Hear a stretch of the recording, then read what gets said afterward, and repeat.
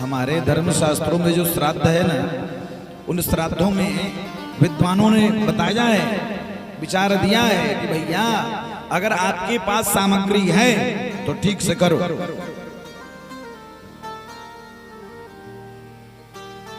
और अगर भगवान ने कुछ भी नहीं दिया है, अभावग्रस्त है, तो नौटंकी मत करो भाई। हाँ, दक्षिण मुख करके दोपहर में जो कुतुब बेला होता है उस समय दक्षिण मुख करो, दोनों हाथ ऊपर खड़े करो और पितरों का स्मरण करो, और पितरों का स्मरण करके और मन ही मन कहो कि हे पितृ देवता, हमारे पास तो कुछ भी नहीं है, परंतु आपके प्रति श्रद्धा है, भाव है, और मैं भाव आपके सामने व्यक्त करता हूं। इसी से संपूर्ण श्राद्ध का जो सिद्ध है, जो सिद्धि है, वो श्राद्ध आपके पूर्ण हो,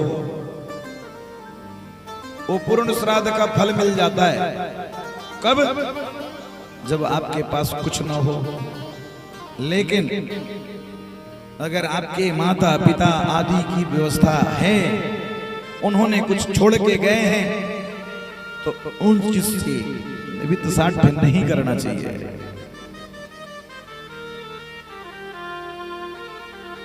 भागवत जी में ही चर्चा है कि श्राद्ध का जो कर्मकांड है उसको तो जरूर बृहद करनी चाहिए और भोजन को कम कर देना चाहिए। किसको खिलाने? भागवत जी में ऐसी चर्चा आई कि एक केवल वेद पाठी ब्राह्मण को भोजन करा दो, तो जिनके निमित्त भोजन है हो रहा हो, श्राद्ध हो रहा हो, उनकी सदगति निश्चित हो जाती है। और नहीं तो अगर प्रदर्शन करनी है तो 5 गांव के जितने पंडित जी हैं उनको सब निमंत्रित करो जी, और उसमें से एक ब्राह्मण भी अगर असंतुष्ट होकर चला गया, उसका कोई फायदा नहीं, कोई लाभ नहीं। लेकिन हम लोगों की जो दिमाग में बात, इस मति में बात जो घुस गई है, प्रवेश कर गया है, वो तो केवल ये है ना कि उनकर जब श्राद्ध हल भेल तो इतना आदमी खैले हल, हमारा घर कम का है।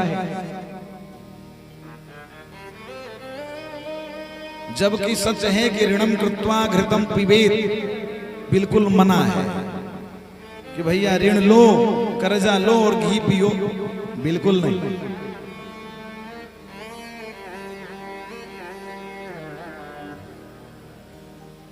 हम सब श्राद्ध करते जी, जो दिखावा है उसको जरूर करते हैं जिसमें लोग देखें, उससे आध्यात्मिक लाभ हो उसे मतलब नहीं, परंतु लौकिक लाभ के चक्कर में फंस करके हम सब अपना रास्ता है उसी को अलग चुन लेते हैं, गलत हो जाता है, रास्ता ही भटक जाते हैं।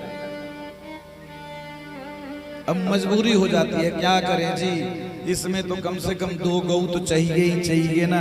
एक घाट पर महापात्र जी हैं, महाब्राह्मण जी हैं, और एक हमारे आंगन में पुरोहित जी, 2 तो चाहिए चाहिए। अब चाहिए वो भी सब